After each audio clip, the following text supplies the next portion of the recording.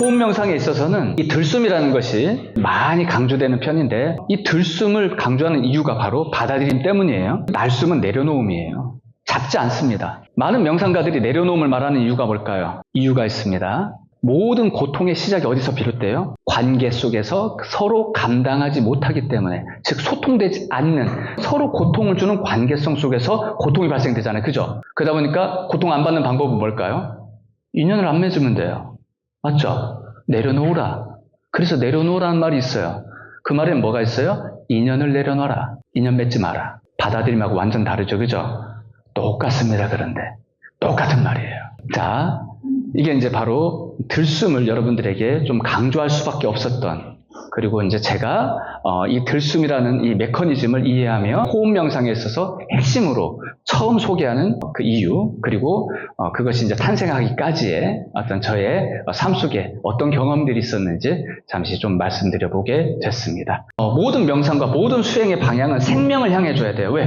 깨닫고자 하는 그 목적지가 생명이라서 그래요. 밖에 있는 생명? 아니요. 내 안에 있는 생명, 나의 근원.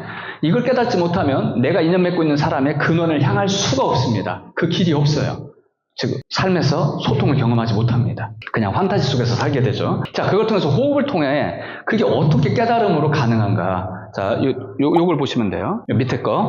자, 생명, 호흡, 의식 이렇게 그려놨어요. 자, 가운데 호흡이 있는데 이 호흡이 의식을 따라가 버리면 이게 번뇌입니다. 호흡이 의식을 따라가면 안 돼요. 호흡 자체가 생명활동이에요. 근데 이 의식은 지 맘대로입니다.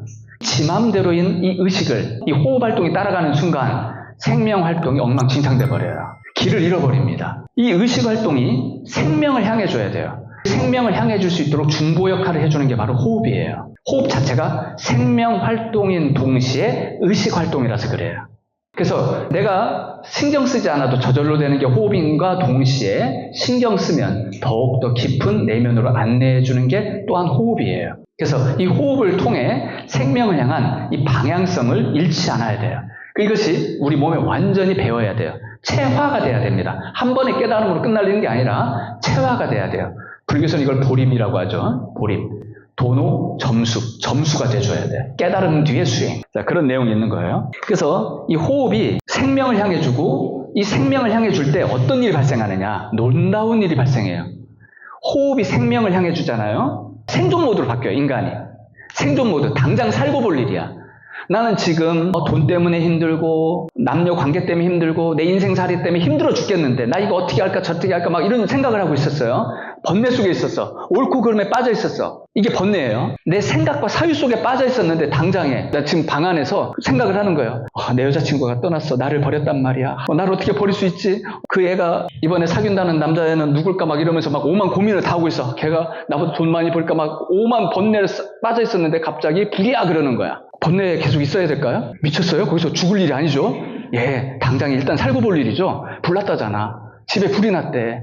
나와야지. 그 마음이 온데간데 없이 사라져요. 불이야 하는 순간 그 생각 다 차단되고 그냥 바로 나옵니다. 거기서 죽는 방법은 있죠. 술 먹으면 돼요. 술 먹으면 이제 그런 어떤 불이야 하는데 이제 둔해지죠. 불이야. 그래. 뜻인갑다. 죽자. 이러면서 죽을 수 있어요. 아주 감성적으로. 그죠? 그런데 술 안 먹어. 맨정신이야. 불이야 하는 순간 튀어나오죠. 그러고 나서 이제 집 날라가게 생겼잖아. 이제 고민이 달라지는 거예요. 여자친구 나 떠난 거 그거 이제 머릿속에 없어. 이제 저 집을 어떻게 할까? 저 보험 관계는 어떻게 될까? 저걸 통해서 돈은 좀 건질 수 있을까? 새로운 번뇌가 일어나기 시작을 합니다. 자, 새로운 번뇌의 시작은 일단 살았으니까 번뇌도 시작되는 거예요. 그죠? 당당히 불을 피했죠. 그죠? 일단 살고 볼 일이에요. 물에 빠졌어. 물에서 막 허우적거려. 살려주세요. 근데 뭐가 탁 손에 잡혔어. 일단 잡고 볼 일이죠. 그죠? 이게 뭔지는 모르겠지만 일단 잡고 볼 일이야. 알고 봤더니 물뱀이야. 해피 물뱀을 잡았어. 어떡할 거야? 이게 이제 독이 없어야 되는데, 그죠? 물뱀이 나를 구해줄 리도 없고. 일단 잡고 볼 일이죠. 살고자 하는 의지가 번뇌보다도 더 앞섭니다. 들숨이 바로 그 원리예요. 숨을 들이쉬는 순간 어떻게 되느냐? 이 뇌가 살고자 하는 걸로 바뀌어버려요. 일단 살자.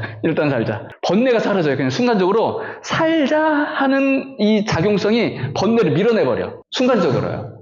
그리고 사람이 갑자기 관찰자 모드로, 전지적 모드로 바뀌어버려요. 원래 그릇에 빠져있는 내가 거기서 초월적 모드로 바뀌어버리는 게 바로 생존 모드예요. 바로 이제 명상, 들숨이 주는 그 효과가 그러합니다. 6초의 법칙이라는 걸 혹시 들어보셨어요? 안 들어보셨구나. 전 들어봤습니다. 하버드대에서 성공하는 사람들이 6초의 법칙이라는 것을 찾아냈대요. 근데 6초의 법칙이 뭐냐? 6초라는 게 심호흡을 하는 시간을 말한답니다. 심호흡을 하는 걸. 근데 이 심호흡을 하는 6초의 시간을 통해 가지고 그 번뇌에 안 빠지는 거예요. 당혹스러울 수 있고 당황스러워서 실수할 수 있는 그 상황 속에서 내가 실수하지 않고 아주 냉철하게 상황을 볼 수 있도록 나의 정신 상태를 바꿔준다는 거죠. 그게 바로 6초의 법칙이래요. 그런데 상황이 딱 들이닥치면 어떻게 돼요? 반응을 하죠. 반응을 해서 이것이 번뇌라는 감정 내지는 어떤 무언가의 생각으로 딱 나오는데, 상황이 왔고 내 안에서 뭔가 반응해서 생각과 감정으로 나타나는 요 시간 0.2초랍니다. 그러니까 이 감정이 내 생각인 줄 알았는데 그게 아니라 내 안에서 무의식적으로 먼저 반응을 해버리는 거예요. 반응해서 생각과 감정을 일으켜버리는 거예요. 그리고 그 생각과 감정대로 판단을 해버려요, 사람이. 근데 이 0.2초를 갖다가 없애버리는 훈련, 그게 바로 6초의 법칙이라는 거예요. 이 6초의 법칙이 뭐냐? 그게 어떻게 실천하느냐라고 그 사람이 설명하기를, 심호흡을 평상시에 한대요. 평상시에. 그래서 운전을 하고 가는데 누가 팍 끼어들었어. 순간 어때요? 보복 운전하기 시작하죠. 막 그냥 열받아가지고, 그죠? 그때부터 너 죽고 나 살자, 나 살자, 막 이런 식으로 이제 막 가잖아요. 그냥 미안합니다. 너 죽고 나 죽자죠. 그죠? 같이 죽자. 그런 어떤 이제, 미안합니다. 모기가 막 제 머리를 무네요. 물기가 좋은가 봅니다. 따뜻해가지고. 자, 그랬는데 그 짧은 시간, 내 앞에서 끼어들기를 해서 감정으로 튀어나오는데 0.2초밖에 안 걸리는 이 순간, 화를 안 내고 분노를 안 내고 이 상황을 갖다가 냉정하게 내 마음을 다스릴 수 있는 그 순간, 그거는 평상시에 심호흡을 한 사람이나 가능하대요. 즉 몸에 체화를 시켜야 된다 이 말이죠. 자, 심호흡이 뭐예요? 들숨입니다. 들숨. 자, 뭐냐? 들숨을 하게 되면 뇌가 긍정 모드로 바뀌어버려요. 아무리 부정적이로 내 까르마가 이 상황을 부정적으로 해서 이 상황을 파괴적으로까지 내 마음이, 감정이 일어날 수 있는 이 상황조차도 순간적으로 긍정적인 생각을 가지고 이 상황을 접하게 만들어버리는 거예요. 순간적으로. 그게 바로 심호흡입니다. 들숨. 뇌가 바뀌어버리는 거예요. 순간적으로요. 근데 이걸 평상시에 해야 된대요. 그러니까 평상시에 그 훈련을 한 사람들은 그 결정적인 순간에 실수를 안 한다는 거죠. 결정적인 순간에 감정적인 대응을 안 한대요. 아는데도 감정 때문에 다 일 그르치는 경우가 많잖아요. 그죠? 근데 그렇게 감정에 끌려가지 않을 수 있는, 즉 까르마의 지배를 받지 않을 수 있는 그 힘이 바로 이 6초의 법칙이 있다는 것인데, 그 비밀이 들숨이었다는 거죠. 숨을 평상시에 잘 들이쉬는 훈련.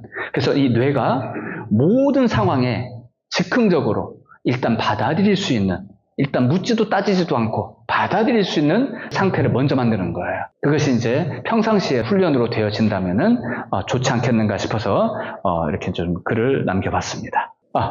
여기 이제 또 이제 하나 더 말씀 좀 들어볼 게 있네요. 받아들인다. 이 고라는 것은 까르마가 고를 판단하는 거거든요. 나한테 고통이 되는 게 모든 사람한테 고통이 되는 게 아니에요. 나에게 고통이 되는 게 누구에게는 저거 지영 스님한테는 별로 필요 없는 건가 봐. 나한테 저거 되게 좋은 건데? 이러면서 누군가에게 복이 될 수도 있고 누군가한테 기회가 될 수도 있는 거예요. 근데 이 고가 된다? 나한테는 고가 되고 누구한테 행복이 된다? 그 결정 누가 할까요? 내 까르마가 해버리는 거예요. 내 까르마가 그걸 하게 되는데, 이것을 고라고 느끼게 만드는 이 흐름을 우리는 평상시에 거부해버리잖아요. 그죠? 까르마가 그냥 순간적으로 거부해버리거든요. 그럼 지나고 나서 후회하죠. 그때 내가 왜 그랬지? 그때 내가 그걸 왜 거부했지? 그때 내가 그걸 잘 감당했으면 좋았을 텐데. 후회할 일이 정말 많단 말이에요.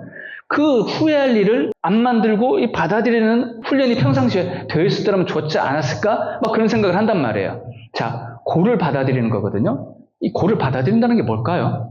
바로 도전의식입니다. 이 도전의식이라는 걸 통해 가지고 우리의 의식은 성장하는 거거든요. 그 고통을 감당할 수 있는 훈련을 하는 거예요. 그게 바로 받아들임이 그걸 아주 쉽게 만들어줘요. 받아들임이. 그 받아들임을 빨리 경험하게 만드는 게 바로 들숨입니다. 자, 이 들숨에 대해서 이제 충분히 이야기한 것 같으니까 이걸 우리가 명상으로 어떻게 경험해 볼까?